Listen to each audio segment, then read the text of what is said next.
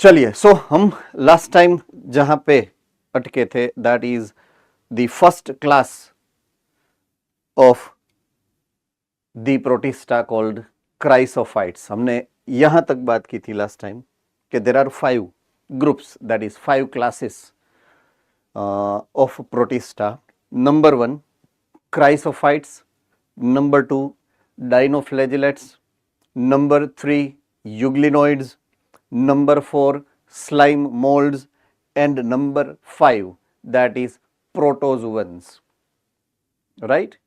Okay, first two categories, that is chrysophytes and dinoflagellates, ये दोनों categories को आपको याद रखनी है। प्लांट्स के प्रिमिटिव फॉर्मेट्स है ये, प्लांट्स के प्रिमिटिव फॉर्मेट्स है ये, means they are autotrophic by their nature. Ready? They are autotrophic by their nature. तो पहले दोनों ऑटोट्रॉफिक है। बीच में यूग्लिनोइड्स जो है, third category, that is euglenoids. Euglenoids जो कैटेगरी है वो ऑटोट्रॉफ एंड हिट्रोट्रॉफ का कॉम्बिनेशन है, राइट? ऑटोट्रॉफ एंड हिट्रोट्रॉफ का कॉम्बिनेशन है, ड्यूअल कैरेक्टरिस्टिक फीचर वाले ऑर्गेनिजम्स है वो। एंड लास्ट टू है स्लाइम मोल्ड एंड प्रोटोजुअन्स, ये हिट्रोट्रॉफिक है दोनों, राइट? तो autotroph, mix and heterotroph, that is the way you are suppose to remember this. So सबसे पहले हम बात करते हैं क्राइसोफाइट्स की। This is the first category और first group which is belongs to the protista. All right, अगर मैं बात करूं ओशन फ्लोर की, ओशन, उसका जो तड़िया होता है उसको हम ओशन फ्लोर बोलते हैं, है ना? तो ocean floor has got a particular specific and specialized type of sand. उसकी जो सैंड होती है वो नदी की सैंड, रिवर की सैंड से अलग टाइप की होती है। रिवर की सैंड अलग होती है, जो यूजुअली कैसी होती है? Round in shape, right? But समंदर की या तो ओशन फ्लोर की जो सैंड है वो कुछ अलग टाइप की होती है, अलग शेप्स की होती है। तो वो जो शेप है that is due to chrysophyta. Chrysophyta के कारण वो सैंड बनी होती है, right? So that is one of the most important characteristic feature which is associated with chrysophytes. Okay, one more important fact which is associated with atmospheric oxygen, right? जब हम बात करते हैं एटमॉस्फेरिक ऑक्सीजन की, 90% of O2 is coming from ocean floor, right? Ocean में से आता है। 90% of the oxygen is coming into the atmosphere from ocean. Only 10% is by plants, that is on land. So land के ऊपर जितने भी plants है, they are donating only 10% share of the oxygen which is liberated, right? 90% of the oxygen is given into the atmosphere by the ocean floor. अब इसमें there are 4 categories. Ocean के अंदर 4 categories ऐसी है जो फोटोसिंथेटिक है, right? सबसे पहली ये क्राइसोफाइटा,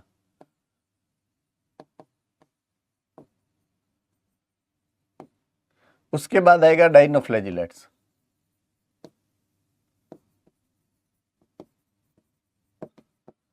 उसके बाद आएगा algae, और उसके बाद आएगा फ्लावरिंग प्लांट्स। ये 4 कैटेगरी के प्लांट्स है उसके अंदर। Largest category is Chrysophyta,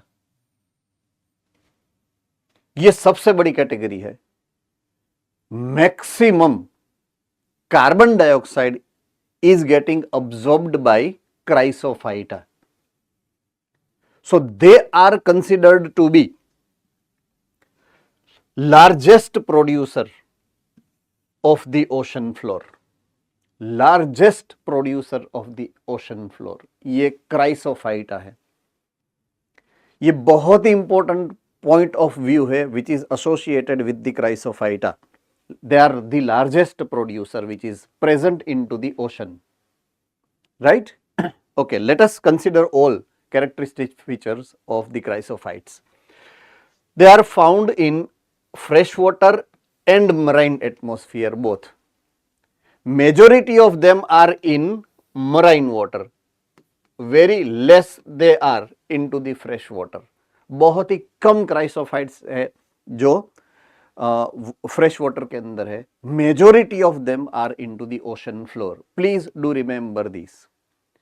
come fresh water में, ज्यादा मराइन या तो ओशन फ्लोर के अंदर होते हैं। They are very microscopic, float passively into the ocean. अब एक्टिवली एंड पैसिवली उसका मतलब स्पेसिफिकली आपको करना पड़ेगा। से फॉर एग्जाम्पल इफ आई से कि I have 2 legs, you have 2 legs, when you walk by your own leg, it is called active participation and active movement. But अगर बॉम्बे की लोकल ट्रेन में चढ़ना हो तो अगर भीड़ में अंदर ऐसे ही खड़े हो जाते हो तो धक्के से चढ़ जाओगे, that is called passive movement, right? तो क्राइसोफाइट्स ऐसे ऑर्गेनिजम्स है, क्राइसोफाइट्स ऐसे ऑर्गेनिजम्स है जिसके पास कोई फ्लैजिला नहीं है, ना कोई सीलिया है, राइट? उसके पास ना तो कोई फ्लैजिलम है ना सीलिया है, तो वो एक्टिवली स्विमिंग नहीं कर सकते। They can not swim bye their own, खुद के हिसाब से वो नहीं चल पाते हैं। हाँ, वाटर का करंट जिसके अंदर वो है वो उसको जहां ले जाएगा वहां हो जाएंगे। That is why it is written it is passively floating into water. So do remember the actual meaning, what it is getting out of it. यहां से जो मीनिंग निकल रहा है वो आपको याद रखना पड़ेगा। पैसिव ट्रांसपोर्टर है वो, मीन्स वो समंदर की लहर जहां पे उसको लेके जाएगी वहां पे वो तैरते हुए जाएंगे। Okay, the word which is given into the bracket is the plankton, right? Plankton word है। So plankton is a kind of organism जो एक जगह से दूसरी जगह पे स्विमिंग करते हुए जाते हैं लेकिन खुद के हिसाब से नहीं, because they do not have either flagellum और cilium, and that's why they float by water current, and that is why it is called planktons, right? तो planktons are specialized organisms who move by water current and do not move actively by cilia or flagella, तो उसी को हम बोलते हैं planktons. Okay, there are 2 categories of the planktons. There are 2 categories of the plankton, right? plankton या तो photosynthetic होंगे या तो non photosynthetic होंगे। अगर फोटोसिंथेटिक होंगे प्लैंक्टन तो उसको मैं बोलूंगा फाइटोप्लैंक्टन।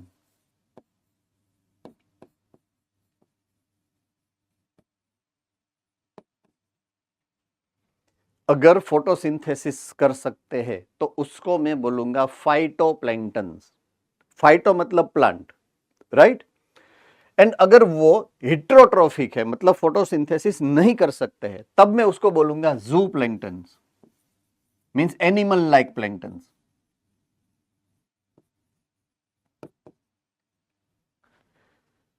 तो क्राइसोफाइटा जो है, क्राइसोफाइटा वो तो फोटोसिंथेटिक है, क्राइसोफाइटा आर फोटोसिंथेटिक, तो वो किस कैटेगरी में आ रहे हैं? They are phytoplanktons. Do remember this. Chrysophyta are phytoplanktons. देखो ये पीछे फाइट वर्ड है, वो प्लांट लाइक कैरेक्टर है, ऑटोट्रोफिक है, इसीलिए तो फाइट वर्ड है वहां पे। Ready? So this is how we are knowing them for photosynthesis process, and by its movement we say them planktons. Okay, most of them are photosynthetic. They are photosynthetic, they produce their own food by photosynthesis. Okay, दो group यहां पे दिए गए हैं, दो group. एक group का नाम है डायटम्स और एक ग्रुप का नाम है डेस्मीड्स या तो गोल्डन algae। देखिए हमने जितना भी क्लासिफिकेशन में जहां जहां पे भी पढ़ा है, चैप्टर नंबर 3 की बात अगर मैं करूं सही फॉर एग्जांपल, तो चैप्टर नंबर 3 के अंदर आपको algae के बाद आया ब्रायोफाइट्स, राइट? algae के 3 पार्ट्स पढ़े थे, green algae, brown algae, red algae। अब मैं आगे बढ़ता हूं, ब्रायोफाइट्स, 2 कैटेगरी थी ब्रायोफाइट्स की, किसको याद है? चलिए, there are 2 groups of bryophytes, किसको याद है? Yes, Surat Palanpur centre.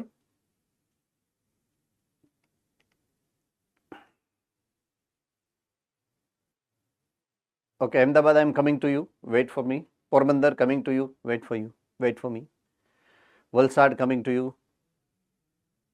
Haria coming to you.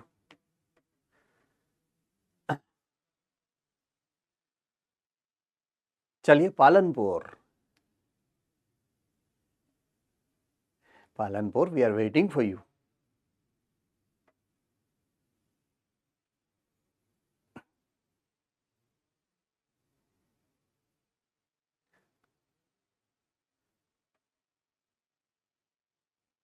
ले बे जल्दी कर। ओ भाई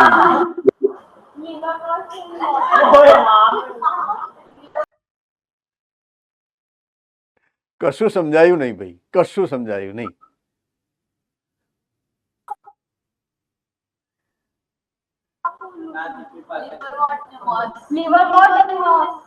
गुड, लिवरवर्ट एंड मॉस। ચાલો બીજા બધા સેન્ટર જેનો જેનો હાથ હતો, નેક્સ્ટ ક્વેશ્ચન આવશે, હવે ક્વેશ્ચન કન્ટિન્યુ આવશે। ઓકે, એના પછીની કેટેગરી ધેટ ઇઝ ટેરિડોફાઇટ્સ। એની એ 2 કેટેગરી હતી। ચાલો જોઈએ નેક્સ્ટ ક્વેશ્ચન, ટેરિડોફાઇટની 2 category.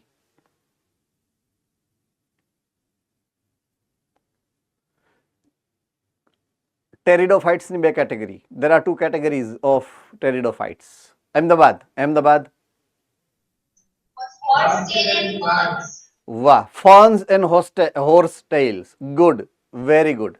next is gymnosperm, 2 categories, gymnosperms। come on, next question।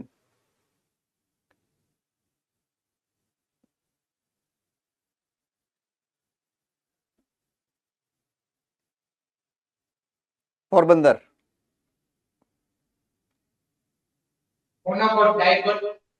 ए भैया जिम्नोस्पर्म में आवे ई एंजियोस्पर्म छे।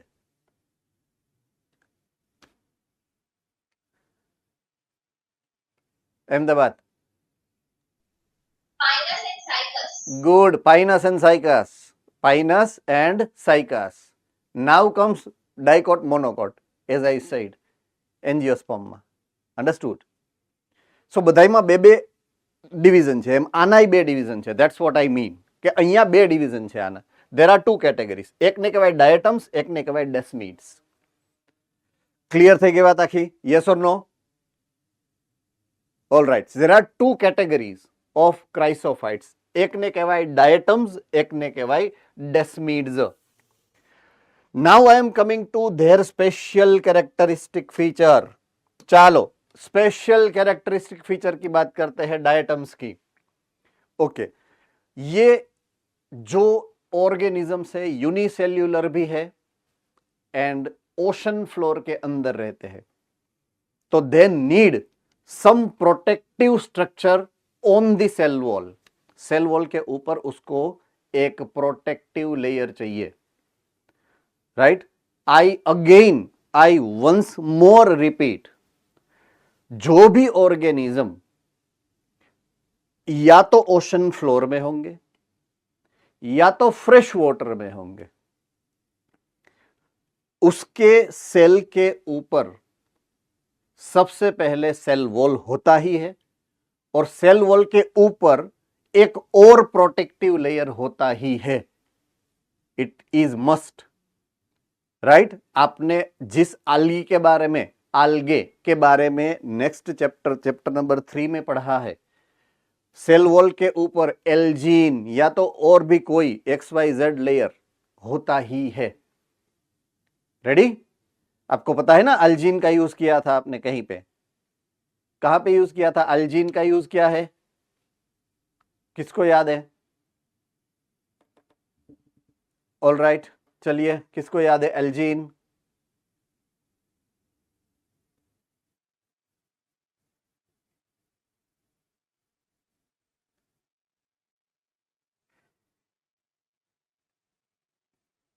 पोरबंदर?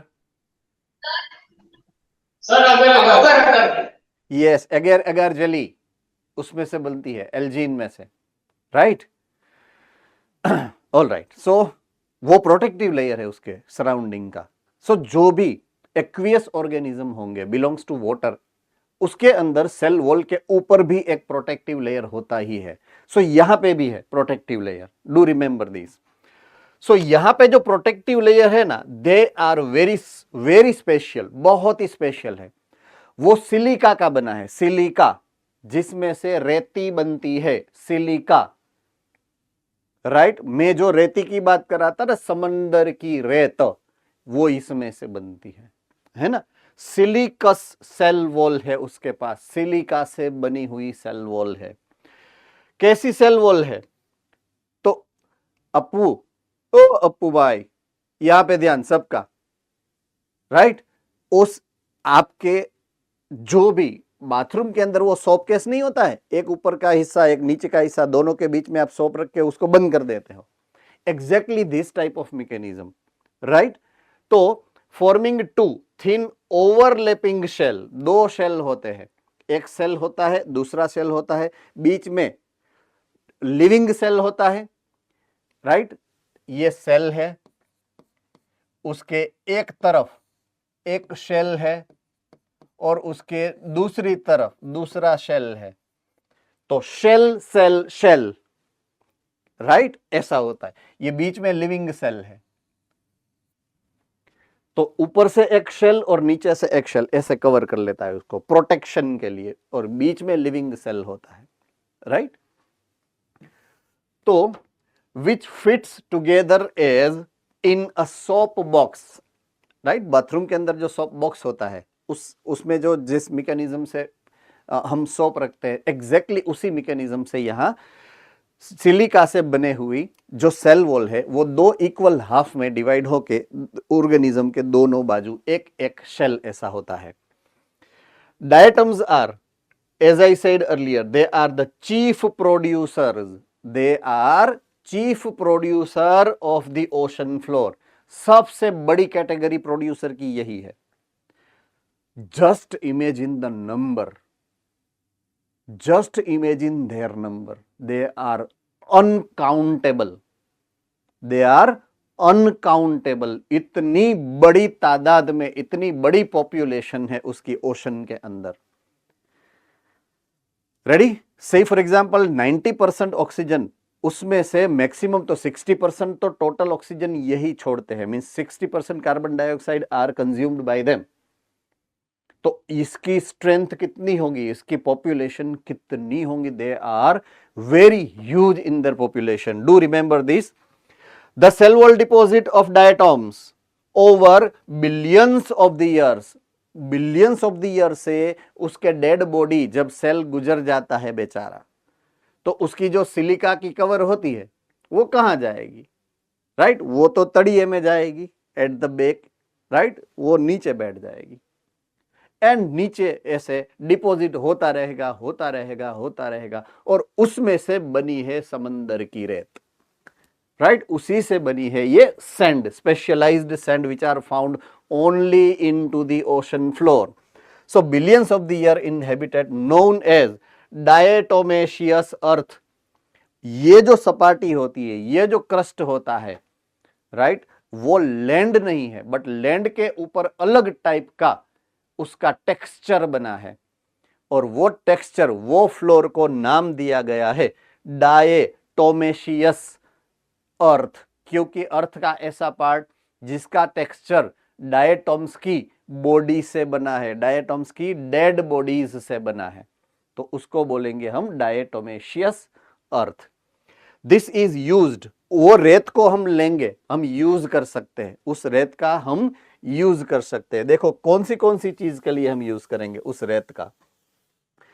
Polishing, polishing, right. कोई बर्तन है तो वो अगर उसके ऊपर ऑक्सीडेशन हुआ है, काट लग गया है, इन शॉर्ट, तो ये रेत को घिसने से वो काट चला जाएगा, उसका जो ऑक्साइड है वो रिमूव हो जाता है. सो वो पॉलिशिंग, चमक जाएगा फिर से. So polishing agent, as an polishing agent उसका यूज होता है. दूसरा यूज करते हैं हम फिल्ट्रेशन के लिए. फिल्ट्रेशन के लिए एक बड़ा सा वेसल लेके उसके अंदर ये रेत रख दे के ऊपर से ऑयल, या तो ऑयल या तो कोई भी सिरप, लिक्विड है थिक, ये उसको ऊपर से अगर डालोगे तो नीचे से अगर नल खोल दोगे तो ऊपर से ये बहता हुआ जब नीचे आता है तो उसकी सारी इम्प्योरिटी ये रेत के अंदर चिपक जाती है, तो लिक्विड जो होता है वो प्योर होके नीचे से निकलेगा. सो प्यूरिफायर, फिल्टरेशन के अंदर उसका यूज होता है. सो दो यूज है इसके, इस रेत के, राइट. एक as a polishing agent and दूसरा एज फिल्टरिंग एजेंट. ये दो काम है उसके अंदर.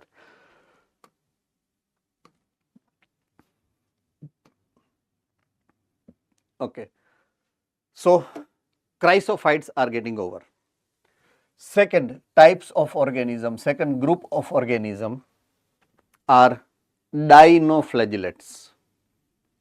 Okay, डाई वर्ड आया है, di, it is two, and flagella सबको पता है क्या होता है, राइट. यस, कौन बता सकता है what is flagella? Flagella,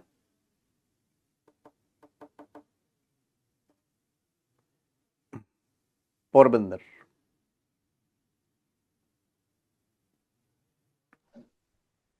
A type of extension of membrane which helps in motility and locomotion of the cell. Yes, and cilia. Other question, next question, cilia. Ahmedabad, cilia.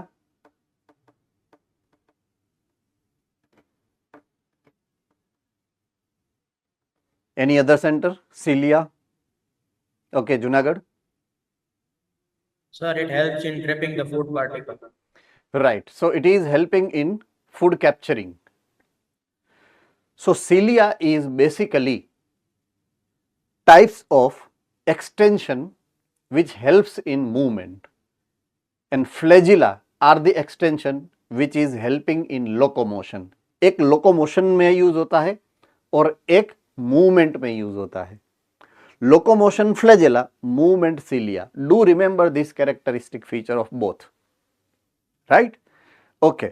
Flagella होती है, they are long extension, very long extension, and cilia होती है वो छोटी छोटी होती है, small hair like projections, small hair like projections, right? Okay. Any other difference आपको पता है cilia and flagella का? दो डिफरेंस हमने अभी समझे. एक, फ्लैजेला जो है वो लोकोमोशन करती है, एंड वो they are very long enough, right. दूसरा, फ्लैजेला जो है, फ्लैजेला ये लॉन्ग एंड लोकोमोटरी है. ये दो. अब सीलिया के बारे में उससे उल्टा है, सीलिया शॉर्ट है, सीलिया शॉर्ट है और वो मूवमेंट करवाती है, लोकोमोशन नहीं करवाएगी. अभी तीसरा एक और डिफरेंस जो आपको पता होना चाहिए between the cilia and flagella, important है, तो वो डिफरेंस कोई बता पाए? Yes, Porbandar centre. सर वो फ्लैजिला है ना ऐसे 360 वाला मूवमेंट मतलब मोटिलिटी कर्व में ऐसा मूवमेंट करेगा, लेकिन सीलिया है ना वो कोऑर्डिनेटेड वे में ऐसे दो साइड ही सीख कर सकती है। Yes, okay, yes. फ्लैजिलम जो है वो ऐसे 360 डिग्री रोटेट हो सकती है, तभी वो प्रोपेलेशन जैसा फोर्स करेगी, प्रोपेल होगी, राइट? तभी वो स्विमिंग में हेल्प कर सकेगी। फ्लैजिला है वो ऐसे ऐसे होती है, ओनली टू वे, ऐसे राउंड नहीं होगी, 180 डिग्री में वो घूमेगी नहीं, that will be only left and right, left and right. So shafting movement बोलूंगा मैं उसको, शाफ्टिंग मूवमेंट देती है flagella, sorry cilia, right? Last difference that is basically by its number, तो वो कौन बता पाएगा लास्ट डिफरेंस नंबर का? चलिए, नंबर का डिफरेंस, यस, भुज सेंटर,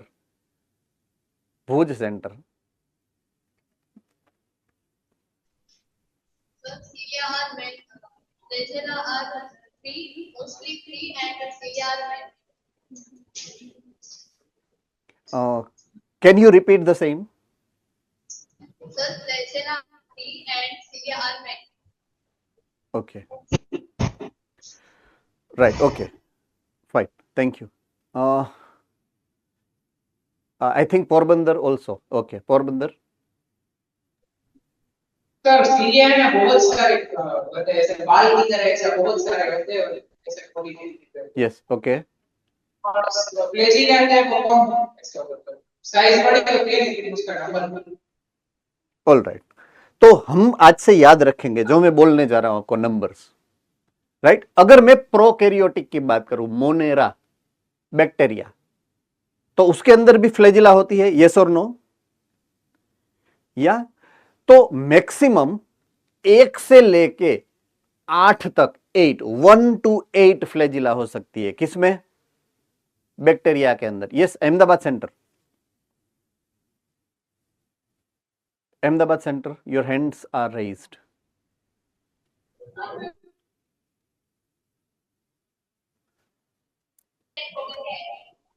फिर से बोलो, आवाज नहीं आ रही है। Sir, आप टॉपिक रिपीट कर सकते हो? अभी हम 5 मिनट्स के लिए इंटरनेट कनेक्शन के कारण। All right, done. मैं यहां पे था फ्लैजिला पे, डाइनो एंड फ्लैजिलेट्स, उसको मैं उसका मीनिंग समझा रहा हूं, right? Dino, so di word जो है दैट बिलोंग्स टू और that is for two, di मतलब टू, एंड फ्लैजिला का मतलब हमें पता है। So we were discussing the basic difference between सीलिया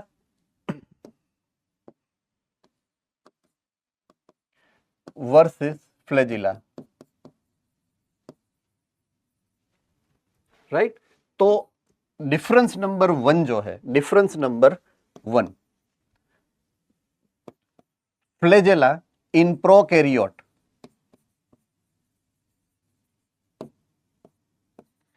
1 से लेके 8 तक हो सकती है प्रोकैरियोटिक सेल के अंदर, राइट? यूकैरियोट के अंदर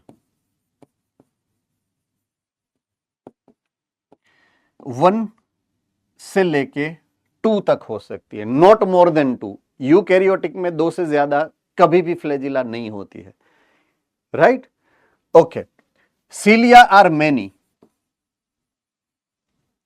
उसका फिक्स नंबर नहीं है, मैनी, पूरे सेल के अराउंड, पूरी उसकी जो बाउंड्री होती है उसके ऊपर होती है वो, सो देर आर मैनी।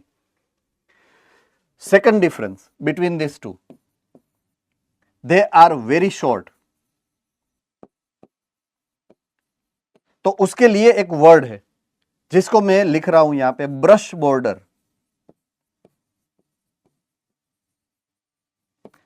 कहां पे आया था ये word brush border? 10th standard, small intestine, right?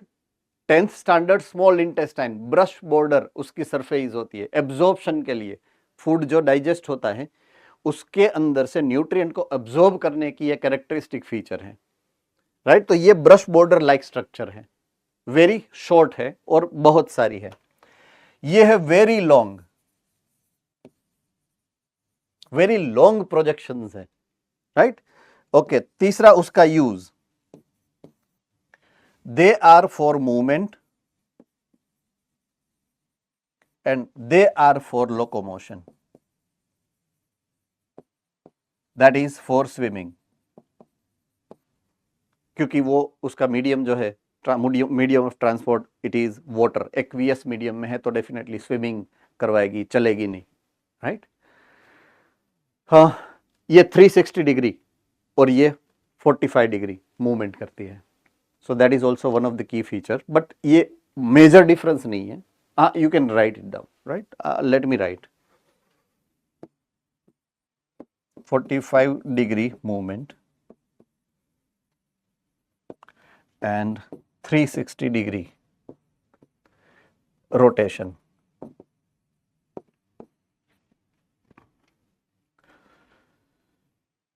Very surprising fact about it is एक फ्लैजिला, कोई भी यूकैरियोटिक सेल की अगर फ्लैजिला ले लो, उस फ्लैजिला का जो बेजल बॉडी है, bezel body, I hope you remember the name of its part.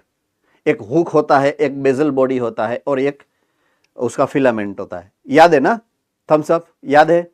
Thums up. तो उसकी बेजल बॉडी होती है ना, उसके अंदर एक मैकेनिक्स है पूरा, राइट। वो मैकेनिक्स ऐसा है कि वो जो प्रोपोर्शल करता है, जो 360 रोटेशन करता है, उससे जो एनर्जी रिलीज होती है, राइट, वो जो एनर्जी रिलीज होती है वो बहुत ही ज्यादा एनर्जी होती है। अगर मैं उसको जेट इंजन की एनर्जी से कंपेयर करूं तो उसकी एनर्जी, ये शाफ्ट की एनर्जी जेट इंजन की एनर्जी से ज्यादा है when I compare their size basically, right. Porbandar centre anything, any problem? I mean તમારું એક તો કેમેરો એવો છે કે તમારું ફોકસ નથી આવતું. Okay okay,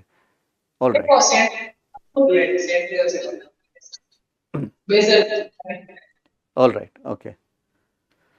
So it is generating huge amount of power, right? ये एक्स्ट्रा पॉइंट है जो just for the sake of knowledge, कोई आपके नीट में आने वाला पॉइंट नहीं है वो, बट यहाँ पे डिस्कशन हो रहा है तो let me discuss it, right. Okay, so let us now continue with dinoflagellates. Again they are exclusively marine, means ocean floor में ही है वो, एंड फोटोसिंथेटिक है, ओशन फ्लोर के अंदर है एंड फोटोसिंथेटिक है।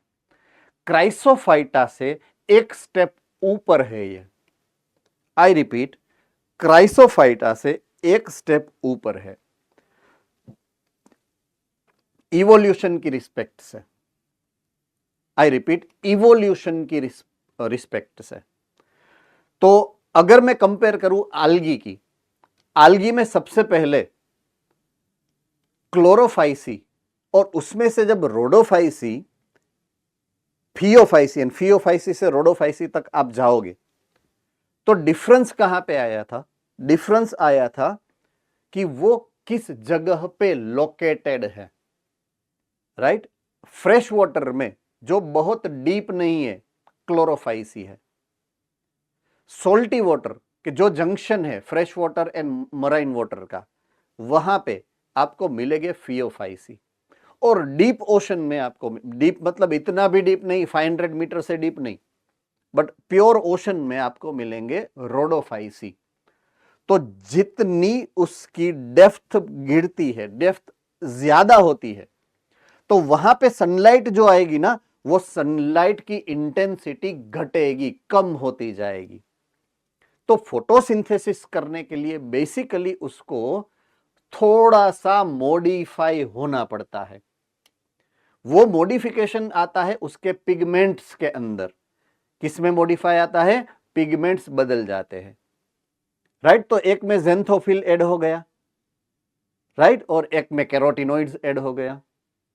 जहां पे ज़ेंथोफिल ऐड हुआ वो फियोफाइसी हुआ, जहां पे कैरोटिनॉइड्स ऐड हुए वो हो गया आपका रोडोफाइसी। अंडरस्टूड? यस और नो?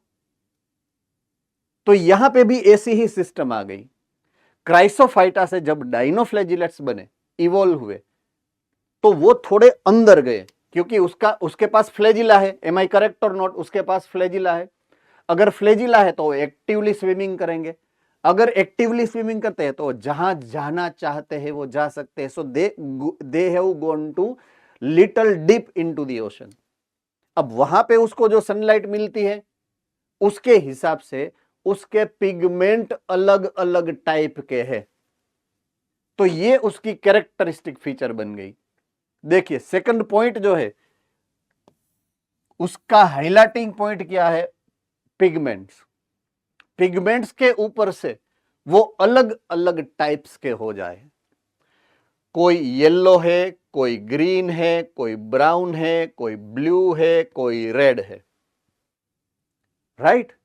अलग अलग 5 डिफरेंट टाइप्स, 5 डिफरेंट कलर्स के आपको डाइनोफ्लैजेलेट्स मिलते हैं। या तो येलो कलर्ड है, या तो ग्रीन कलर्ड है, या तो ब्राउन कलर्ड है, या तो ब्लू कलर्ड है, या तो रेड कलर्ड है।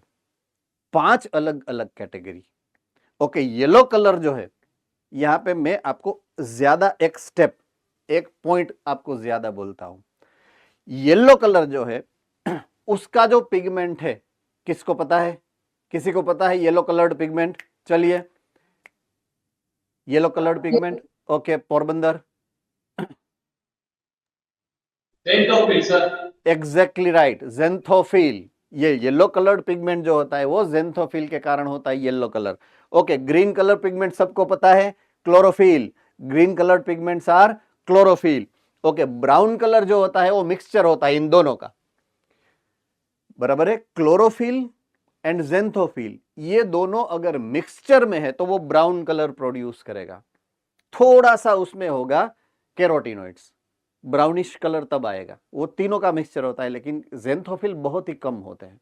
सॉरी, कैरोटिनॉइड्स कम होते हैं। ज्यादा कौन होता है? येलो एंड ग्रीन कलर, दोनों का कॉम्बिनेशन बन के बनता है ब्राउन कलर। अब आती है challenging part, blue colour. Blue colour का पिगमेंट आपको नहीं पता है, उसको बोलते हैं एंथोसाइनिन। क्या बोलते हैं? एंथोसायनिन। साइनो वर्ड जहां पे आएगा, साइनो या तो साइनिन, वो पिगमेंट के अंदर ब्लू कलर का पिगमेंट होगा जिसके अंदर कॉपर है, कॉपर कंटेनिंग पिगमेंट है, वो ब्लू कलर्ड होता है वो। एंड रेड कलर का केराटिन, ये हम सबको पता है। रेड कलर का जो पिगमेंट है दैट इज केराटिन। कैरोटिनॉइड्स बोलते हैं हम उसको, कैरोटिनॉइड्स। ओके, अगेन इसके पूर्वज कौन है? इसके पूर्वज कौन है? क्राइसोफाइटा। तो क्राइसोफाइटा में जो सेल वॉल के ऊपर प्रोटेक्शन का सिस्टम था, सेम टू सेम प्रोटेक्शन का सिस्टम यहाँ पे। दो अलग अलग जो लेयर है वो उसके एक तरफ और दूसरे तरफ जैसे उसको ढक देंगे सेल को। देखिए यहाँ पे है, दिखा? यहाँ पे देखिए। सो डबल लेयर प्रोटेक्शन है उसका। जो सेल के बॉडी का ऊपर का जो शेल है, शेल, ये 2 पार्ट में डिवाइडेड है और सेल को पूरा ऐसे दोनों साइड से ढक देगा। Cell wall is a stiff. Stiff मतलब कड़क है, कड़क है, एकदम सॉलिड है, रॉक सॉलिड, स्टिफ है। बट वो सिलिका से नहीं बनी है। यहां पे they are not contained silica, they are containing cellulose. वो सेल्यूलोज की प्लेट है यहां पे। सो डिफरेंस आ गया। क्राइसोफाइटा में सिलिका की प्लेट्स थी, यहां पे सेल्यूलोज की प्लेट्स है। डू रिमेंबर दिस, यहां पे सेल्यूलोज का एक प्लेटिंग है पूरा।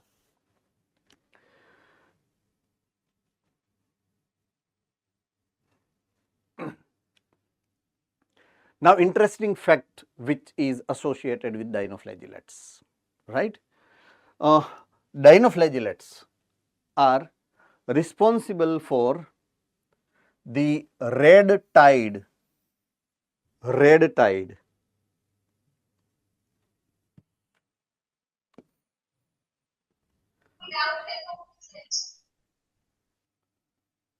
Hello. Yes, sir. सर ये डायनोफ्लैजेलेट्स रेस्पिरेशन कैसे करेंगे?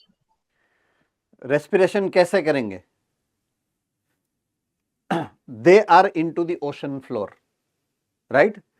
तो ओशन के अंदर उसका जो वाटर है, वाटर के अंदर ऑक्सीजन एंड कार्बन डाइऑक्साइड दोनों डिसॉल्व्ड फॉर्मेट में होते हैं, दोनों डिसॉल्व है, कार्बन डाइऑक्साइड भी डिसॉल्व है, ऑक्सीजन भी डिसॉल्व है।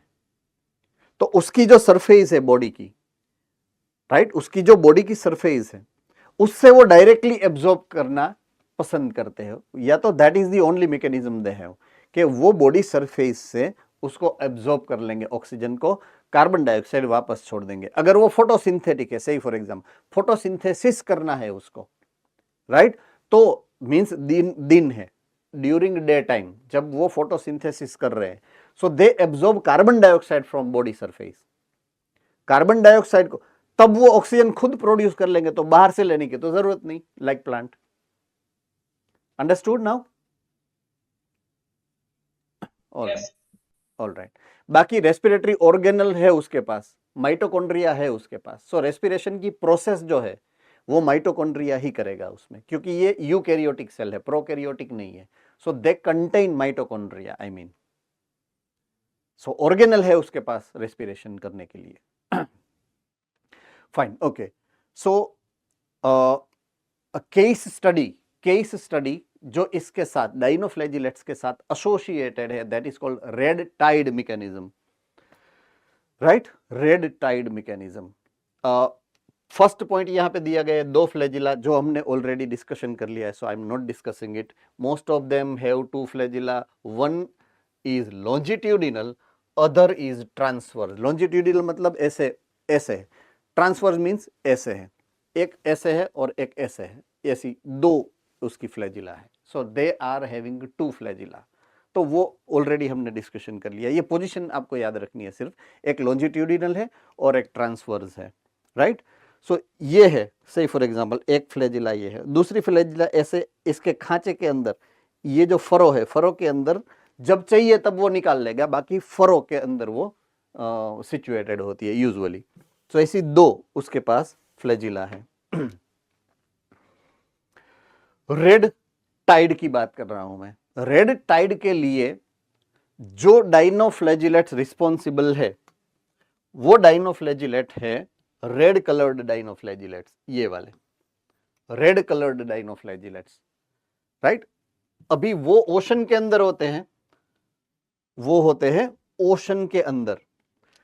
ओशन के अंदर यूजुअली इट जो रेड ओशन है, right, it is in Europe, तो पूरा ठंडा है, राइट, वो उसका जो टेम्परेचर होता है वो बहुत ही लेस टेम्परेचर है, ठंडा है।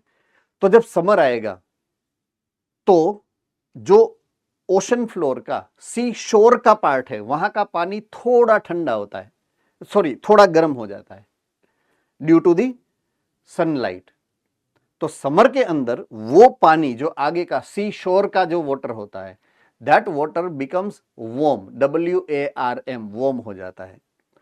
तो जितने भी ये रेड डाइनोफ्लैजिलेट्स है वो सभी ये वार्म वाटर के यहां आएंगे, अट्रैक्ट होंगे, वहां पे उसको बहुत ही ज्यादा मजा आता है, राइट, क्योंकि वार्म वाटर है, अंदर ठंडी लग रही तो बाहर गर्मी होगी तो मजा आएगा।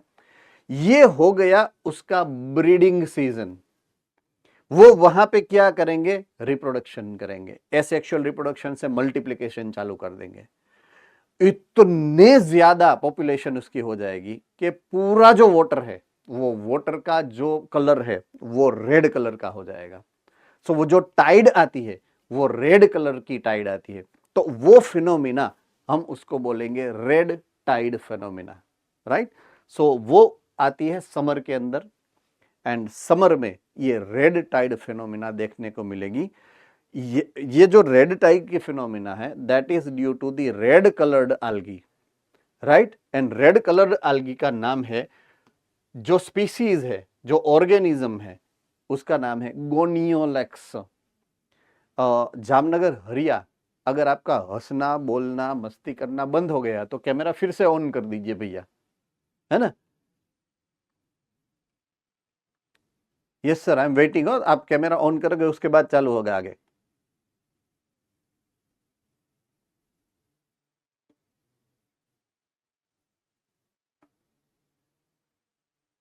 हो गया खत्म? Sorry sir. हैं? हर रोज सॉरी होता है, हर रोज ये बोलना होता है। All right, so red tide, Goniolax. Okay, one more thing associated with it is जब वो ओशन फ्लोर में आएंगे, जब वो रेड टाइड बनाएंगे, वहां पे उसकी इतनी ज्यादा मेटाबॉलिक एक्टिविटी होती है। Due to that metabolic activity, उसमें जो मेटाबॉलिक वेस्ट प्रोडक्ट होती है वो दूसरे ऑर्गेनिज्म के लिए टॉक्सिक मटेरियल बन जाती है। तो बहुत ही लार्ज क्वांटिटी में वहां पे अदर ऑर्गेनिज्म किल्ड हो जाते हैं, लाइक फिश एंड अदर, वो सब किल हो जाएंगे due to the toxic waste product which is produced by this Gonyaulax और red डाइनोफ्लैजेलेट्स।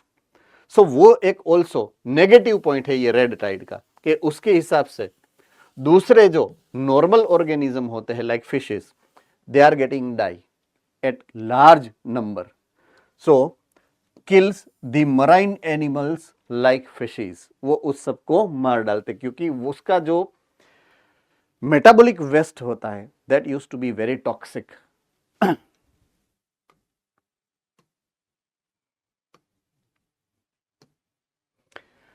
Fine. Third category of Protista, and that is the euglenoid, right? पहली दो जो कैटेगरी थी वो फोटोसिंथेटिक थी, एज आई एड्रेस्ड अर्लियर। ये थर्ड नंबर की intermediary category है, जिसकी कैरेक्टरिस्टिक फीचर ये है कि ये डबल ढोल की बजाते हैं, दोनों टाइप का न्यूट्रिशन इसके पास है। अगर सनलाइट अवेलेबल है, अगर सनलाइट अवेलेबल है तो ये फोटोसिंथेसिस आराम से कर सकते हैं। अगर सनलाइट नहीं है समझो, तो उसके आजू बाजू में जो भी उसको फूड मिलेगा उसको वो कैप्चर करके हिट्रोट्रोफिक बन जाएंगे। सो ये दोनों टाइप का न्यूट्रिशन, उसकी जो हैबिट है वो ऐसी है। Yes, one change here is that वो दोनों मराइन ऑर्गेनिज्म थे और ये फ्रेश वाटर ऑर्गेनिज्म है। So mainly they are found in fresh water, right? It is fresh water organism, specially ऐसा फ्रेश वाटर जो स्टेगनेंट है। देखिए वर्ड एक स्पेशल आया है आपके लिए, स्टेगनेंट वाटर। स्टेगनेंट वाटर का मतलब ऐसा होता है कि जो वाटर फ्लोइंग नहीं है, स्टेडी है। मींस अगर पानी का पूरा ये जो बोलते हैं ना कुआं, तो वो स्टेगनेंट वाटर है, फ्लोइंग वाटर नहीं है। वेल है, डैम के अंदर फ्लोइंग वाटर नहीं होता है, रिवर के अंदर फ्लोइंग वाटर होता है। तो जो फ्लोइंग वाटर होता है उसमें ये नहीं मिलेंगे आपको, ये मिलेंगे आपको स्टेगनेंट वाटर में। Understood properly? So stagnant water के अंदर, वो भी फ्रेश वाटर में ही आपको ये ऑर्गेनिज्म मिलेंगे, euglenoid. Okay, instead of cell wall, cell wall होती ही नहीं है उसके पास, बट उसने उसको कन्वर्ट कर लिया है प्रोटीन रिच लेयर में।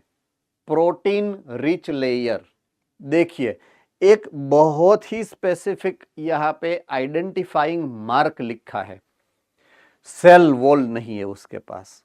देखिए सेल वॉल जो होगी, जिसको भी आप जानते हो सेल वॉल, चलिए मैं एक बात करता हूं, सबसे पहली सेल वॉल जो आप जानते हो वो सेल्यूलोज है। एम आई करेक्ट और नॉट? ओके, ये सेल वॉल जो है ना वो कार्बोहाइड्रेट है। क्या है? कार्बोहाइड्रेट। ओके, दूसरे टाइप की सेल वॉल जो आप जानते हो वो काइटिन है, जो फंगस के ऊपर होती है, काइटिन सेल वॉल। तो वो भी क्या है? काइटिन क्या है? कार्बोहाइड्रेट है, complex carbohydrate, N acetyl glucosamine, उसका पॉलीमर है वो काइटिन, तो वो भी कार्बोहाइड्रेट है।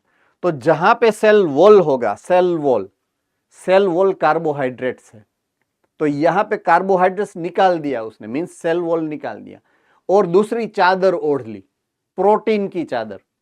सो प्रोटीन रिच लेयर उसके अराउंड है। डू रिमेंबर दिस, कार्बोहाइड्रेट को निकाल दिया और प्रोटीन की चादर को ओढ़ लिया उसने।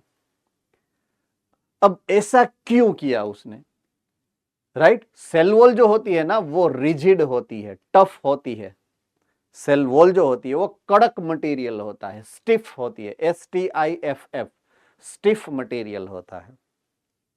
और प्रोटीन का जब लेयर बनेगा ना, protein is always flexible, proteins are always flexible. ये कैरेक्टरिस्टिक फीचर आपको याद रखनी है।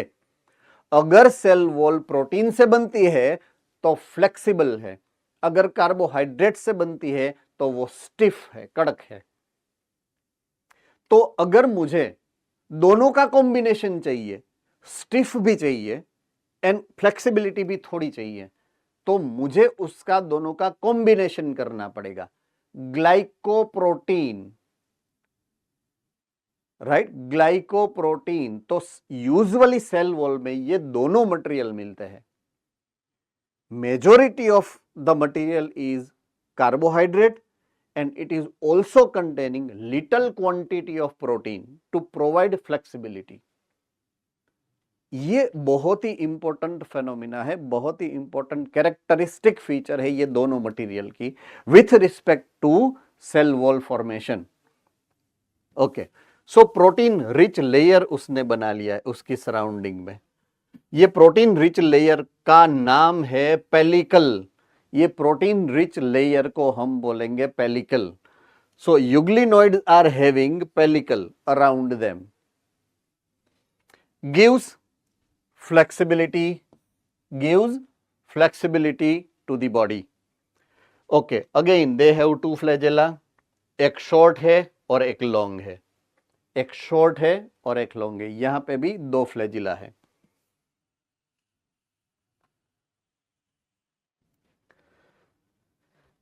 Now we are coming to their speciality, उसका जो स्पेशल फीचर है उसके बारे में बात करेंगे। Okay, they are photosynthetic in the presence of sunlight, they are photosynthetic in the presence of sunlight, but when the sunlight is absent they are turning into heterotroph, तब वो बन जाते हैं हिट्रोट्रॉफ। सो दोनों टाइप का न्यूट्रिशन की एबिलिटी है उसके पास। अब बात करते हैं फोटोसिंथेटिक पिगमेंट की।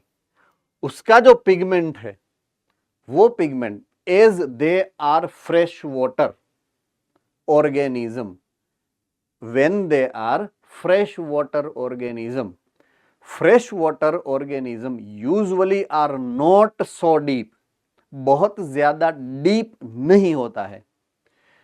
उसका मतलब यह होता है कि वहां पे जो सनलाइट आएगी, the sunlight what they receive is direct sunlight and number 2 high intense sunlight.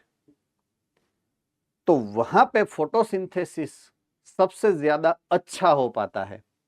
And तब वहां पे जब डायरेक्ट सनलाइट अवेलेबल है, जब हाई इंटेंस सनलाइट अवेलेबल है, तब फोटोसिंथेटिक पिगमेंट ऑलवेज क्लोरोफिल होता है। वही क्लोरोफिल जो ग्रीन प्लांट्स के अंदर होता है, जो फ्लावरिंग प्लांट्स के अंदर होता है। So here the pigments are identical to those of the higher plant. Higher plant में कौन सा होता है? Chlorophyll A and chlorophyll B. तो वही पिगमेंट आपको यहाँ पे यूग्लिनोइड्स के अंदर मिलेंगे। क्यों? बिकॉज वो भी डायरेक्ट सनलाइट ही लेता है। अंडरस्टूड? एंड एक ही ऑर्गेनिज्म यहाँ पे एग्जाम्पल में है and that is Euglena. Euglena का जो ग्रुप है उसको हम बोलेंगे यूग्लिनोइड। यूग्लिना जिसके अंदर आता है वो है यूग्लिनोइड। ये तो बहुत ही पुरानी डायग्राम है, आपने सालों से पढ़ी है, स्टैंडर्ड 8 से आ रही है। सो हमारे लिए नया नहीं है Euglena. Okay, category number 4, slime mould. Category number 4, slime mould. एक वर्ड है यहां पे मोल्ड, राइट? मोल्ड वर्ड जो है वो आपको यूज करना है इसके लिए।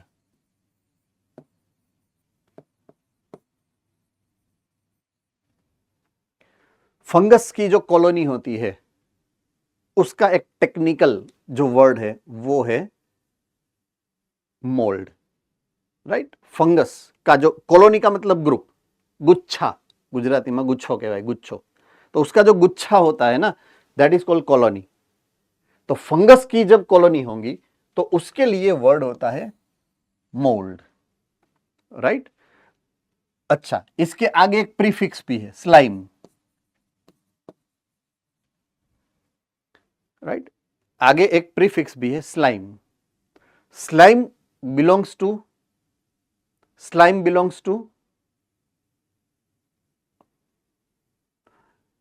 Okay, Porbandar centre. Meaning of slime, Bacteria, outer covering. Outer covering, okay, outer covering.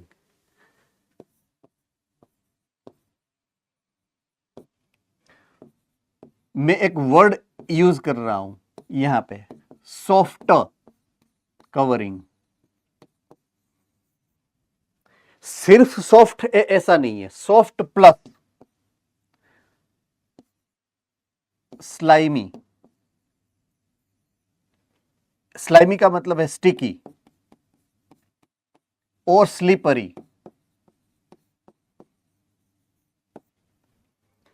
तो ये कॉलोनी है, उसके ऊपर एक स्लिपरी, चिकना जिसको बोलते हैं ना, चिकना, ऐसा एक लेयर होता है। तो अगर उसके पास, अगर आपने उसके ऊपर पैर रखा सीधा पानी के अंदर, शेवाड़ नाम किसने सुना है? शेवाड़, शेवाड़, ओके। तो स्लाइम मोल्ड आर शेवाड़ कहां पे होता है? जब नदी फ्लो होती है तो उसके छांटे जहां पे उड़ते हैं, है ना, उसके ड्रॉपलेट्स जहां पे स्प्रिंकल होते हैं, वो सरफेस के ऊपर ये एक चिकना लेयर बन जाता है। अगर नदी को क्रॉस करने के लिए या तो सेल्फी लेने के लिए अगर आप उसको कूदने की ट्राई करो, जैसे ही पांव रखोगे सीधा अंदर फ्लोइंग वाटर में अंदर, क्योंकि वो सरफेस कैसी होती है? स्टिकी एंड स्लीपरी होती है, तो सीधे सीधा आप स्लिप हो जाओगे। तो इसके ऊपर से इसका नाम पड़ा है स्लाइम मोल्ड। तो ये पहला तो उसका नाम वो क्या है वो आइडेंटिफाई करवाया।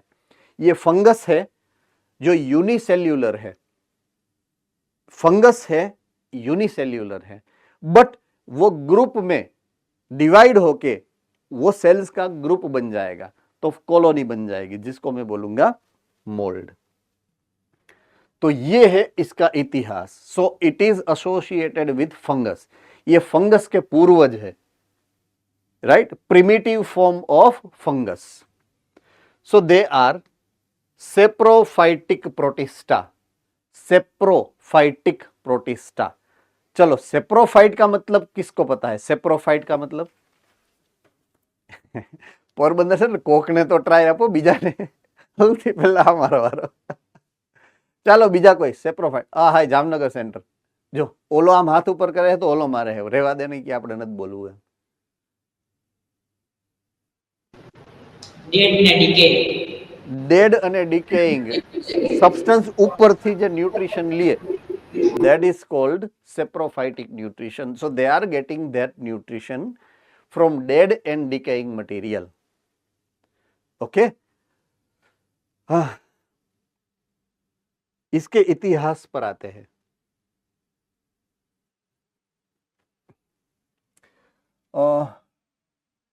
Pre historic time,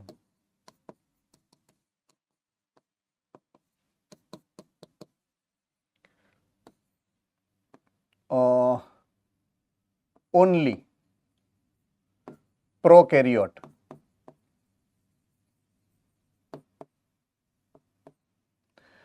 in ocean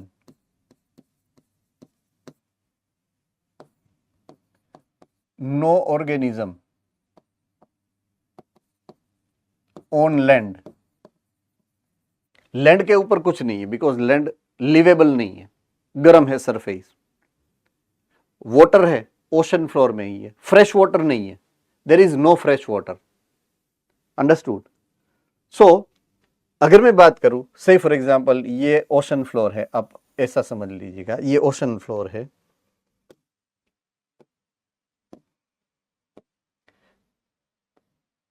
ये उसकी सरफेस है। भाई तने कोने बोला है वो दोस्त? ये जमीन है, सही फॉर एग्जांपल व्हाइट कलर की जमीन है और ये ओशन फ्लोर है। यहां पे दे हैव वाटर, उसके अंदर है प्रोकैरियोटिक ऑर्गेनिज्म।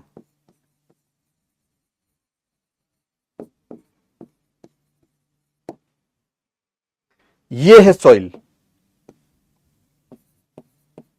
जो गर्म है, और यहां पे नो ऑर्गेनिज्म। हाँ, एक मिनट, मुझे ये है मां, मैं ऐसा बोल रहा हूं, 1 मिनट, मुझे एक वर्ड तो लिख लेने दीजिए प्लीज। मैंने सुन लिया। यस, अब बोलिए प्लीज, अब बोल सकते हैं आप।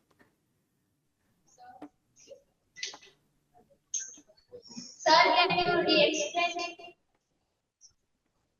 मैं एक्सप्लेन ही कर रहा हूं। नहीं सर, हम लीव को एक्सप्लेन करो। कोई एक एनी उससे पहले एक्सप्लेन करो, हम लोग थोड़े लेट ज्वाइन हुए इसलिए।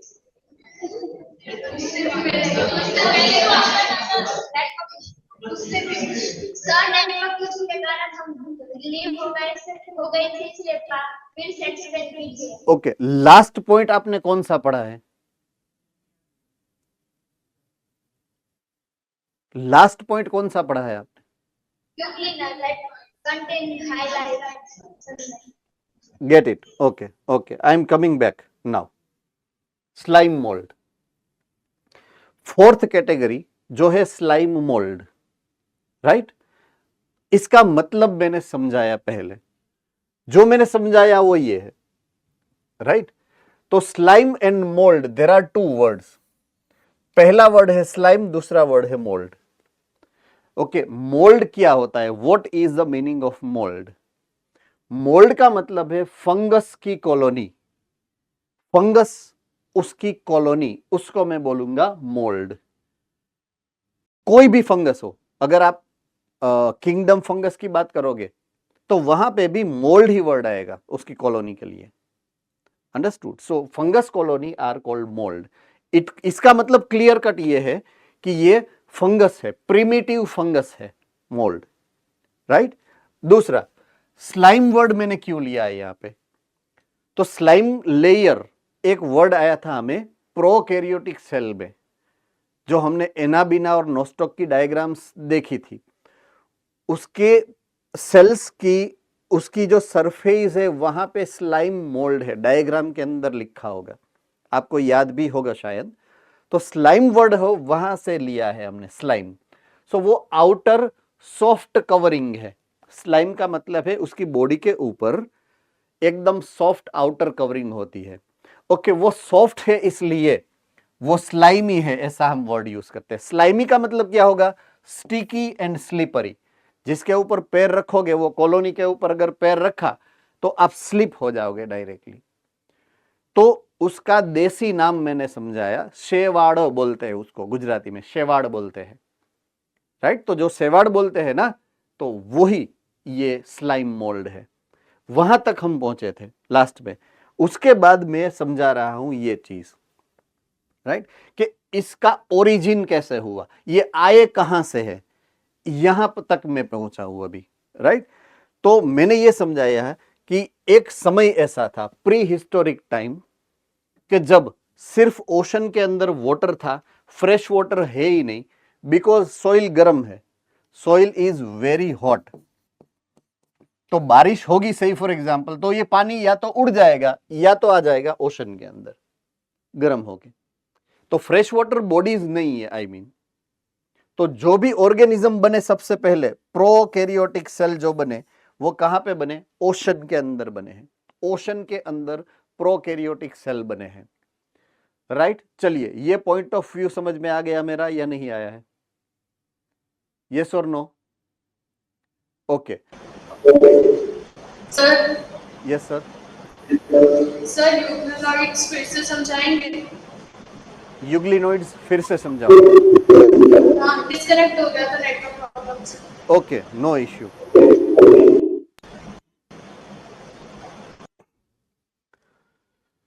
फाइन. यूग्लिनोइड्स हमारी थर्ड कैटेगरी के ऑर्गेनिज्म है. पहली दो कैटेगरी जो है ये दोनों फोटोसिंथेटिक है. Euglenoids photosynthetic and heterotrophic means autotrophic and heterotrophic दोनों की कनेक्टिंग लिंक है. मींस वहां पे दोनों टाइप के न्यूट्रिशन देखने को मिलेंगे.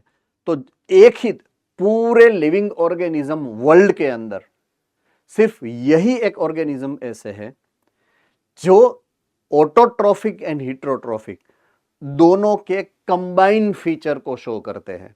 तो ये इसकी कैरेक्टरिस्टिक फीचर है. राइट. ओके, अब ये कहां पे मिलेंगे आपको? They are fresh water organism. Normal fresh water में आपको नहीं मिलेंगे. वो मींस जहां पे वो फ्लोइंग वाटर है वहां पे नहीं मिलेगा आपको.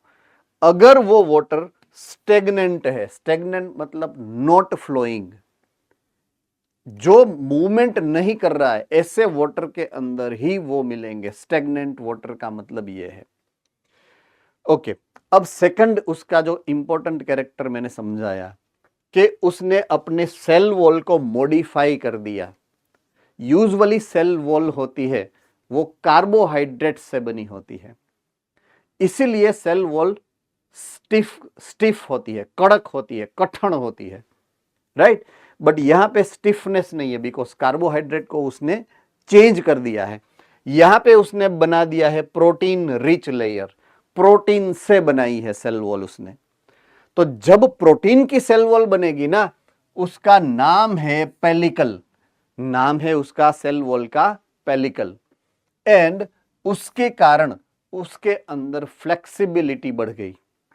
तो उसकी cell wall flexible cell wall है, रिजिड नहीं है, स्टिफ नहीं है. ये दूसरा सबसे इंपॉर्टेंट पॉइंट है. तीसरा पॉइंट, उसके पास अगेन दो फ्लैजिला है. कितनी फ्लैजिला है? दो, क्योंकि दो से ज्यादा हो ही नहीं सकता, ये तो यूकैरियोटिक सेल है. तो दो फ्लैजिला है, एक लॉन्ग है, एक शॉर्ट है. तो पहले 3 पॉइंट यूग्लिनोइड्स के बारे में ये है. नेक्स्ट पॉइंट जो है उसका न्यूट्रिशन वाला, जो मैंने आपको समझाया कि वो अगर सनलाइट है तो फोटोसिंथेसिस कर लेगा, और अगर सनलाइट नहीं है तो वो फोटोसिंथेसिस को छोड़ के हिट्रोट्रोफ बन जाएगा. तो दोनों तरफ का उसके पास चांस है सर्वाइवल का.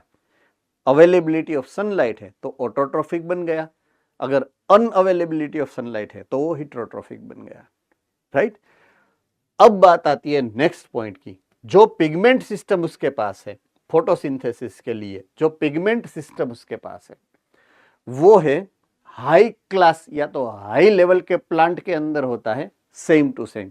इसका मतलब आपको ये निकालना है कि उसके पास क्लोरोफिल होता है. क्या होता है? Chlorophyll. Yes, Ahmedabad centre. Sir मतलब इसका कोई ऐसा रिजल्ट स्टेगनेंट वाटर के अंदर ही होते हैं. ये स्टेगनेंट वाटर के अंदर ही होते हैं ऐसे कुछ. क्योंकि इसकी कैपेसिटी ज्यादा फ्लो को सहन करने की नहीं है, क्योंकि उसकी सेल वॉल कैसी है? फ्लेक्सिबल है, टूट जाती है. फ्लोइंग वाटर होगा तो उसकी सेल वॉल टूट जाएगी, स्टिफ नहीं है. I hope you are getting my point perfectly.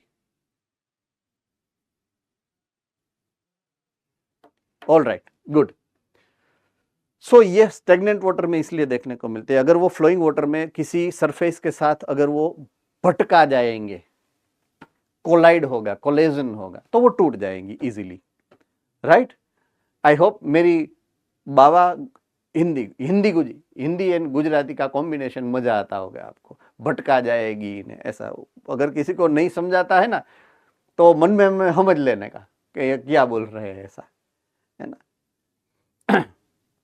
Okay, pigment system की बात कर रहा हूं मैं लास्ट में. तो वो क्लोरोफिल है उसके पास, एंड एक ही एग्जांपल है उसका, वो है euglena. So that's what the story about euglena. I hope there is no question and no doubt about it.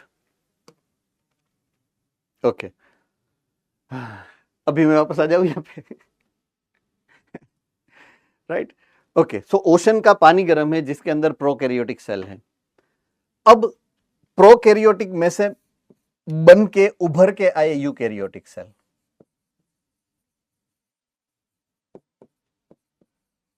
वो भी ओशन में ही बने हैं। प्रोकैरियोटिक में से यूकैरियोटिक बने, वो भी ओशन में ही बने हैं। बट यूकैरियोटिक है वो न्यू है, वेल डेवलप्ड है। वो इसीलिए बने हैं कि एटमॉस्फेयर में चेंज आया, एटमॉस्फेयर अच्छा हुआ, एटमॉस्फेयर अच्छा हुआ इसलिए यूकैरियोट बने। Right, understood. अब अच्छा हुआ ऐसा नहीं, अच्छा होता ही जा रहा है, होता ही जा रहा है, होता ही जा रहा है। सो नाउ सोइल थोड़ी ठंडी होती जा रही है, लिवेबल होती जा रही है, और अभी यहां पे नदियां बन गई है। So they have fresh water sources now which are getting mixed into oceans. अब there are 3 categories of water. ये है highly salty, ये है little salty, और ये है फ्रेश वाटर। ये 3 कैटेगरी है वाटर की। मुझे यहां पे नहीं जाना है अभी के लिए। ये फ्रेश वाटर नहीं है, ये लैंड ही है, ऐसा बोल रहे हैं। ये लैंड है, से फॉर एग्जाम्पल, राइट। तो ये जो एरिया है, ये एरिया, इसको मैं सी शोर बोलूंगा। सी शोर, जहां पे टाइड आती है वापस चली जाती है, टाइड आती है वापस चली जाती है। I hope I am very clear about it. I hope I am very clear about it. Okay, ये जितने भी ऑर्गेनिज्म है, ये जितने भी ऑर्गेनिज्म है यहां पे, अगर वो मर गए, डेड बॉडीज उसकी है, तो वो टाइड के साथ यहां पे आएगी, वो वापस चला गया वाटर, डेड बॉडी यहीं पे रह गई। तो ये जो सरफेस है वो अभी डेड रिमेनिंग से भर गई है। डेड बॉडीज जो यूनिसेल्युलर ऑर्गेनिज्म है वो यहां पे रिच हो गए। ये कितने सारे डेड ऑर्गेनिज्म है। रेडी। अब यहां के यूकैरियोटिक सेल टाइड के साथ यहां पर आ गए, टाइड के साथ यहां पे आ गए, वाटर चला गया, वो फंस गए, वो वहीं पे रह गए, फंस गए वहां पे, राइट। तो अब वो क्या करेंगे? अब अगर उसको जिंदा रहना है, if they want to live, they want nutrition, तो वो न्यूट्रिशन का एक ही सोर्स है उसके पास। क्या सोर्स है? वो डेड एंड डिकेइंग मटेरियल। तो वो मॉडिफाई हुए, यूनिसेल्युलर है, और डेड एंड डिकेइंग मटेरियल में से उसको न्यूट्रिशन लेने के लिए उसको अभी मॉडिफाई हो गए वो। That is how slime mould have been invented. Invented नहीं, मॉडिफाइड, इवॉल्व, ऐसे इवॉल्व हुए वो। वही स्टोरी अगर मैं वाटर के साथ करूं, वाटर जो वाटर बॉडी थी, तो उसमें आल्गी, फ्रेश वाटर के अंदर आल्गी बन गई। सबसे पहले यूनिसेल्युलर आल्गी बनी क्लोरोफाइसी में। क्लोरोफाइसी में यूनिसेल्युलर से शुरुआत हुई थी आल्गी की, if you remember the classification. तो वो फ्रेश वाटर में सबसे पहले बनी। उसके बाद वो यहां पे आई, यहां पे फियोफाइसी बनी, और उसके बाद वो यहां पे आई, यहां पे रोडोफाइसी हुई। सो क्लोरोफाइसी, फियोफाइसी एंड रोडोफाइसी, ऐसे उसका क्लासिफिकेशन हुआ। तो एक साइड पे आल्गी का और एक साइड पे फंगस का इवोल्यूशन ऑलमोस्ट एक साथ हुआ है। एक फोटोसिंथेटिक बनी और एक सेप्रोफाइटिक न्यूट्रिशन वाले बने। दोनों के ऊपर सेल वॉल तो है ही। एक ने सेल वॉल बनाई सेल्यूलोजिक और एक ने बनाई काइटिनियस। रेडी। सो दोनों का इवोल्यूशन ऑलमोस्ट एक साथ है। ओके, सो नाउ हम बात करेंगे स्लाइम मोल्ड की। So slime mould are saprophytic protista. क्यों? कि अभी ही स्टोरी जो पढ़ी वो उसी के बारे में है कि वो सेप्रोफाइटिक न्यूट्रिशन लेने के लिए ही मॉडिफाई हुए हैं। They are modified to get saprophytic nutrition. The body moves along decaying twigs, twigs मतलब डाड़ी,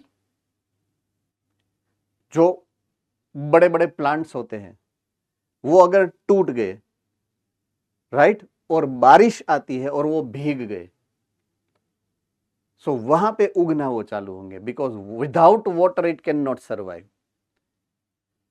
फंगस की कैरेक्टरिस्टिक फीचर ही यही है कि उसकी लाइफ साइकिल ऐसी है कि उसकी फर्स्ट रिक्वायरमेंट है शेड।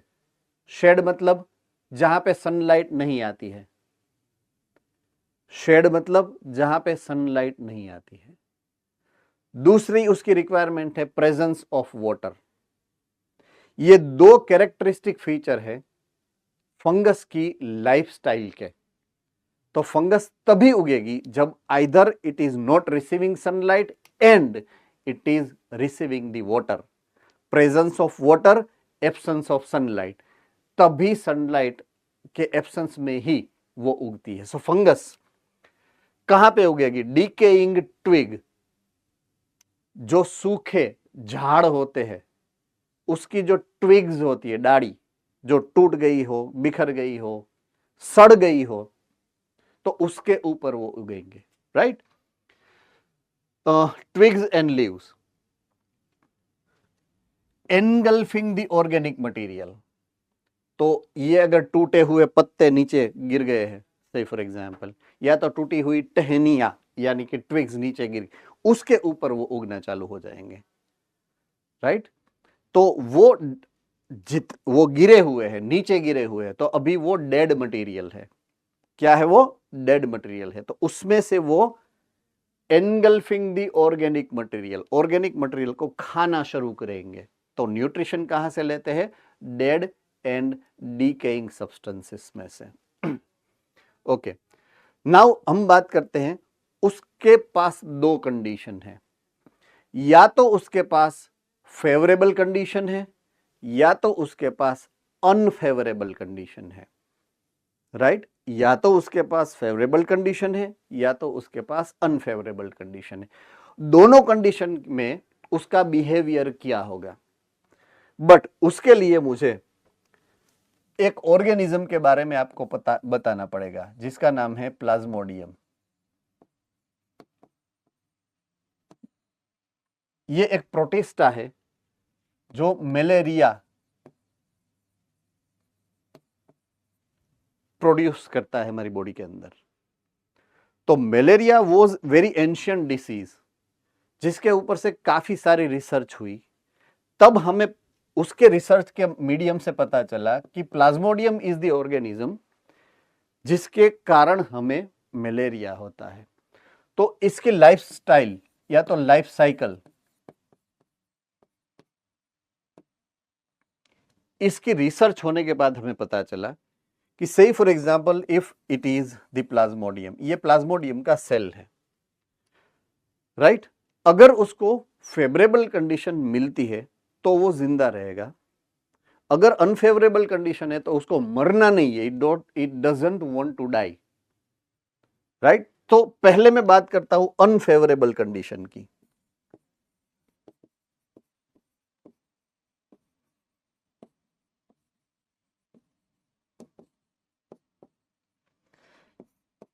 ये सेल अपना सेल के अंदर का जो वाटर है, वाटर कंटेंट निकाल देगा बाहर, राइट। उसका वाटर वो लूज कर देगा। तो उसकी जो मेम्ब्रेन है, सेल वॉल है, सेल मेम्ब्रेन, वो पूरा अंदर की तरफ सिकुड़ जाएगा। तो ये सेल के अंदर का जो मटेरियल कंडेंस हो जाएगा, कंडेंस मतलब घाटा हो जाएगा, कंडेंस हो जाएगा। और उसका जो ये ऊपर का ये मेम्ब्रेन है, ये मेम्ब्रेन ऐसा हो जाएगा, फोल्डिंग वाला।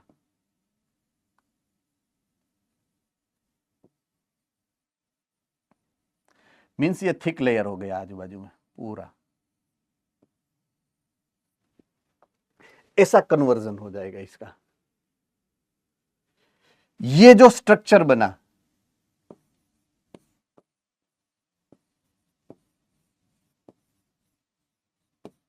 ये प्रोसेस को मैं बोलूंगा स्पोरुलेशन। मीन्स ये स्ट्रक्चर को मैं बोल रहा हूं स्पोर। स्पोर बन गया, ये कंडीशन है, सेल का नाम नहीं है, स्पोर सेल नहीं है। स्पोर सेल का मतलब होता है ऐसा सेल जो एसेक्सुअल रिप्रोडक्शन करता है। ये स्पोर कंडीशन है, स्पोर सेल की कंडीशन है ये।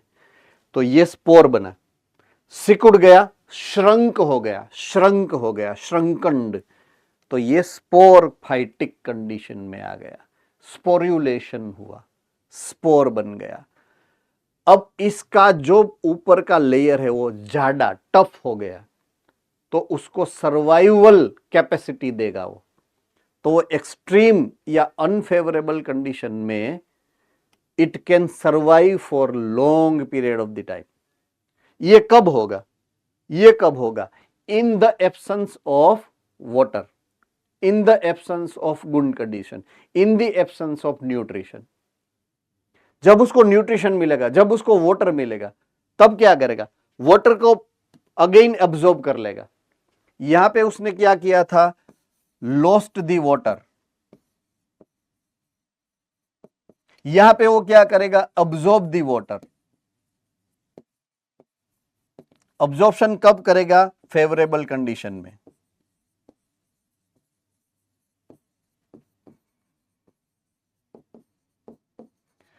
तो फिर से ये फूल जाएगा बड़ा, वाटर अंदर चला गया इसलिए।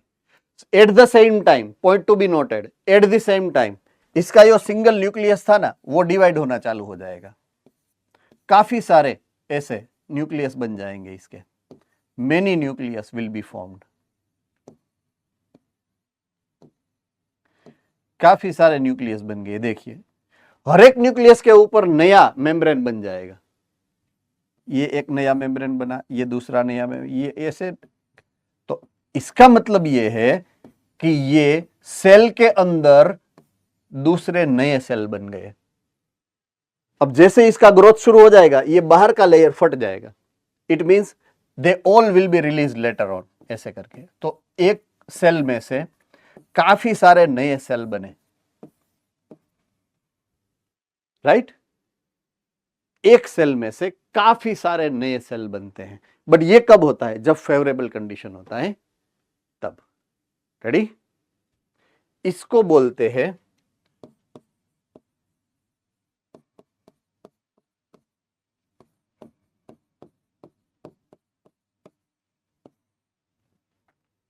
Multiple fission. क्यों? क्योंकि एक सेल में से दो सेल नहीं बने हैं, दो से ज्यादा सेल बने हैं, इसलिए उसको क्या बोलेंगे? Multiple fission. अगर दो ही सेल बनते होते तो क्या बोलेंगे? Binary fission.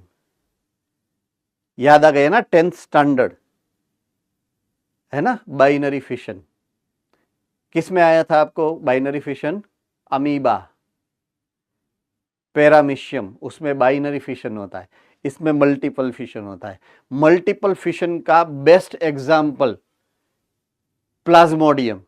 तो प्लाज्मोडियम में दो कैरेक्टरिस्टिक फीचर आपको मिली, दो कैरेक्टरिस्टिक फीचर, उसकी स्पेशलिटी, एक स्पोर फॉर्मेशन और दूसरा मल्टीपल फिशन। ये दो यूनिक फीचर है उसके पास। किसके पास?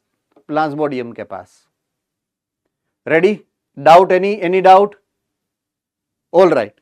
तो ये स्पोर फॉर्मेशन है ना, तो ये स्टेज ऑफ लाइफ को हमने प्लाज्मोडियम स्टेज बोल दिया, नाम दे दिया साइंटिस्ट ने, कि जब ऐसा किसी सेल के अंदर मिलेगा तो उसको हम क्या बोलेंगे? प्लाज्मोडियम स्टेज बोलेंगे। क्या बोलेंगे? Plasmodium stage. अनफेवरेबल कंडीशन में सेल श्रिंक होके जो स्पोर बना लेता है, उस स्टेज को हम बोलते हैं प्लाज्मोडियम स्टेज। देखिए, अभी वापस हम आते हैं। अंडर सूटेबल कंडीशन, जब सूटेबल कंडीशन होगी, दे फॉर्म एग्रीगेशन एंड वो बनाएंगे प्लाज्मोडियम। अब यहां पे सूटेबल कंडीशन में बनाते हैं ये लोग, वो अनफेवरेबल प्लाज्मोडियम अनफेवरेबल कंडीशन में बनाता था, ये सूटेबल कंडीशन में बनाएंगे, राइट? उतना ही फर्क है। सो प्लाज्मोडियम स्टेज में आ जाएंगे वो। may spread over several feet. एक में से 2 होंगे, 2 में से 4 होंगे, 4 में से 8, सभी प्लाज्मोडियम, बट फैलेंगे। फैलेंगे क्यों? फैलेंगे क्यों? क्योंकि उसका फेवरेबल सूटेबल कंडीशन है वो, तो वो रिप्रोडक्शन सूटेबल कंडीशन में ही करेंगे। तो जितना ज्यादा रिप्रोडक्शन करेंगे नए सेल बनेंगे, जितने नए सेल बनेंगे उतना ज्यादा फैलेगा, बराबर है। सो प्लाज्मोडियम का यहां पे मतलब आपको जो मैंने समझाए हैं उस हिसाब से आपको याद रखना है।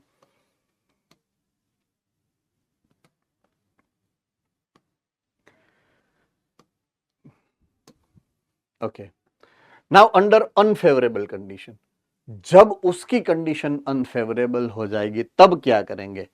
प्लाज्मोडियम डिफरेंशिएट होगा। डिफरेंशिएट का मतलब क्या होता है? चेंज हो जाएगा, अलग टाइप का स्ट्रक्चर बना लेगा, जिसको हम बोलेंगे फ्रूटिंग बॉडी। क्या बोलेंगे? Fruiting body.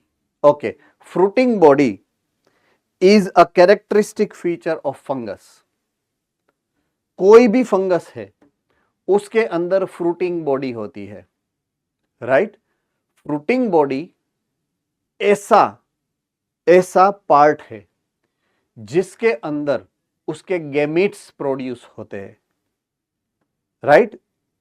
गैमीट्स प्रोड्यूस होते हैं।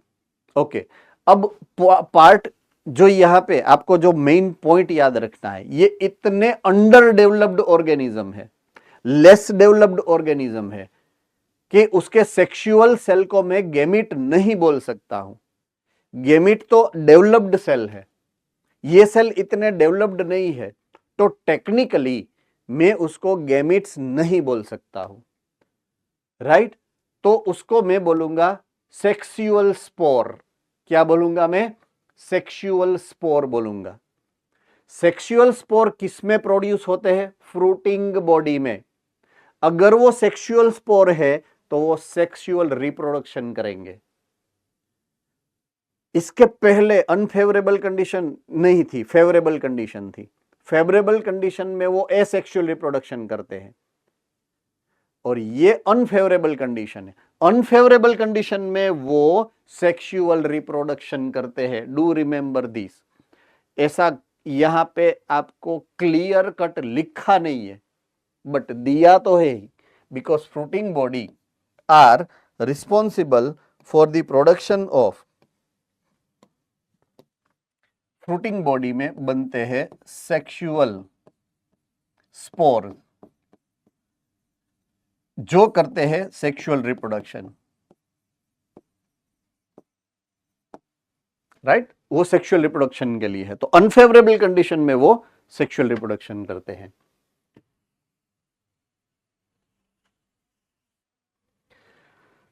ये रहा स्पोर, बट ये स्पोर जो है वो सेक्सुअल स्पोर है।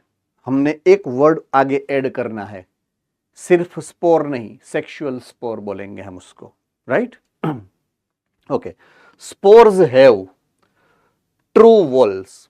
वॉल्स मतलब उसकी जो सराउंडिंग में सेल वॉल होती है वो एक specific and true cell wall होती है।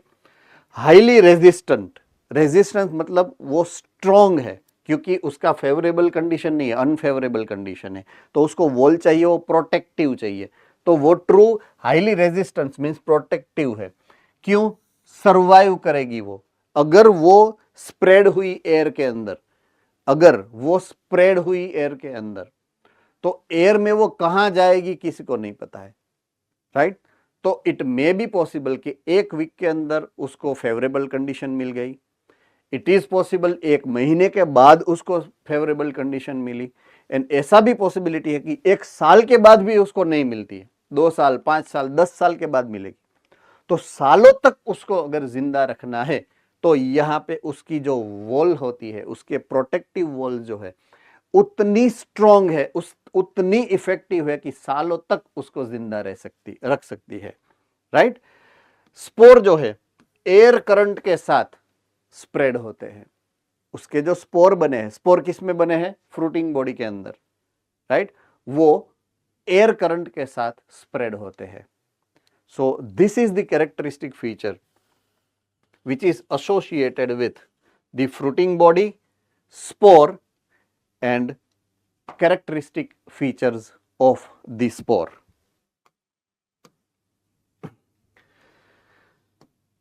All right, last category protozoan से हम नेक्स्ट लेक्चर में बात करेंगे. Fifth type of the protista, the protozoan के बारे में हम नेक्स्ट लेक्चर से आगे बढ़ेंगे. Right, so see you later into the next lecture. Have a nice time.